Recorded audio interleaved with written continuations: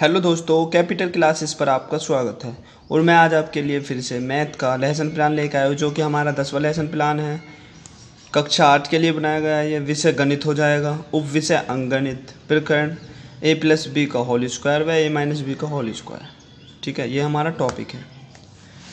तो चलिए सामान्य उद्देश्य देख सकते हैं। स्टूडेंट मैं इनको ज़्यादा डिस्क्राइब नहीं करूँगा क्योंकि इससे वीडियो बहुत लॉन्ग हो जाता है, तो आप ये देख लेना।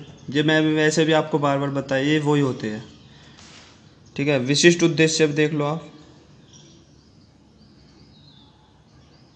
चलिए इसके बाद चलते हैं टीचिंग एड या शिक्षण सामग्री, चौक, डस्टर, रोलिंग बोर्ड, श्यामपट्ट तथा संकेतक आदि। इसके बाद हमारे आते हैं प्रीवियस नॉलेज टेस्टिंग से रिलेटिव जो 4 से 5 क्वेश्चन होते हैं, वो आप देख सकते हैं। और हम लास्ट क्वेश्चन ऐसा करते हैं स्टूडेंट से जिसका कि वो आंसर न दे पाए। बेसिकली हम ये मान के चलते हैं कि उनको इसका आंसर नहीं आता है। इसके बाद फिर हम अपने टॉपिक का अनाउंसमेंट कर देते हैं कि छात्रों, आज हम a+b का होल स्क्वायर व a-b का होल स्क्वायर के मानों के विषय में विस्तार पूर्वक अध्ययन करेंगे। तो चलिए स्टूडेंट नेक्स्ट चलते हैं। तो हम कोई भी शिक्षण बिंदु, मैंने आपको हर लेसन प्लान में बताया कि हमारे बेसिकली 6 से 7 ही वो होते हैं इसमें कॉलम। ठीक है, पहला होता है शिक्षण बिंदु, दूसरा उद्देश्य, तीसरा छात्र शिक्षक क्रियाएं, फोर्थ होता है छात्र क्रियाएं, फिर आता है विधि या तकनीक, सहायक सामग्री या श्यामपट्ट का, और सबसे लास्ट में होता है मूल्यांकन।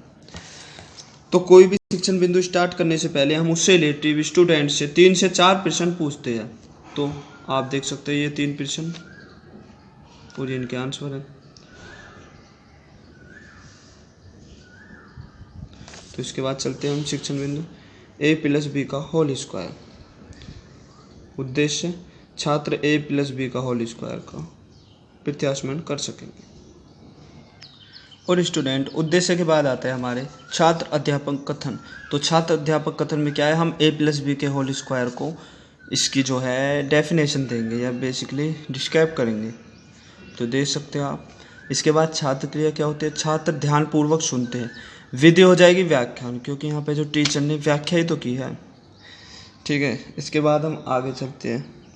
आगे क्या है, हम प्रस्तुतिकरण। प्रस्तुतिकरण क्या है, बेसिकली जो हम ब्लैक बोर्ड पे इसको बच्चों को करके दिखाएंगे वो ही होता है प्रस्तुतिकरण। a+b का होल स्क्वायर कैसे प्रूव होता है वो दिखाए इसमें। तो ये कौन सा हो जाएगा, श्यामपट्ट लेखन विधि, क्योंकि इसको हम ब्लैक बोर्ड पे करते हैं।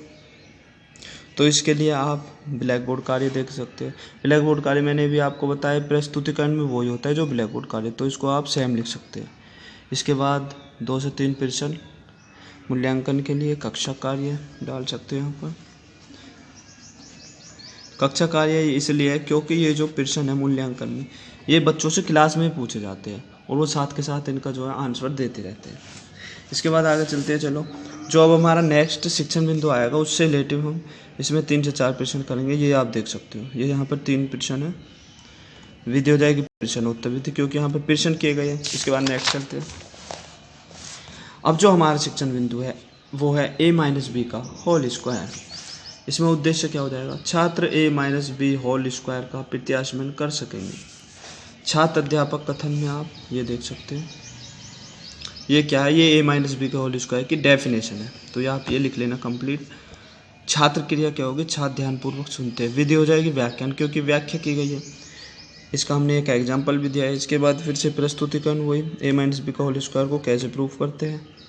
छात्र अपने उत्तर पुस्तिका में नोट करते हैं, ये छात्र क्रिया में हो जाएगा। और विधि हो जाएगी श्यामपट्ट लेखन विधि, फिर से क्योंकि श्यामपट्ट पे लिखोगे आप इसको, तो श्यामपट्ट लेखन विधि में ये देख लेना, यही जो प्रस्तुतिकरण में था। फिर मूल्यांकन में 2 से 3 प्रश्न, ये a-b का होल स्क्वायर से रिलेटिव है, वो a+b के होल स्क्वायर से रिलेटिव थे। ठीक है, तो नेक्स्ट चलते हैं। अब इसके बाद आता है हमारा अगला जो है a+b का होल स्क्वायर व a-b का होल स्क्वायर। सूत्र में अंतर, इन दोनों में अंतर क्या है, डिफरेंस बिटवीन a+b का whole square and a-b whole square. तो उद्देश्य आ जाएगा छात्र a+b का होल स्क्वायर तथा a-b का होल स्क्वायर प्रकार की द्विपद में अंतर कर सकेंगे। तो आप ये देख लें, बेसिकली इनमें क्या डिफरेंस होता है, माइनस और प्लस के डिफरेंट है। ठीक है, तो वो यहाँ पे समझाया गया। तो इसमें लिख सकते हो छात्र क्रिया क्या होगी, छात्र ध्यानपूर्वक सुनते हैं। ध्यानपूर्वक सुनते हैं।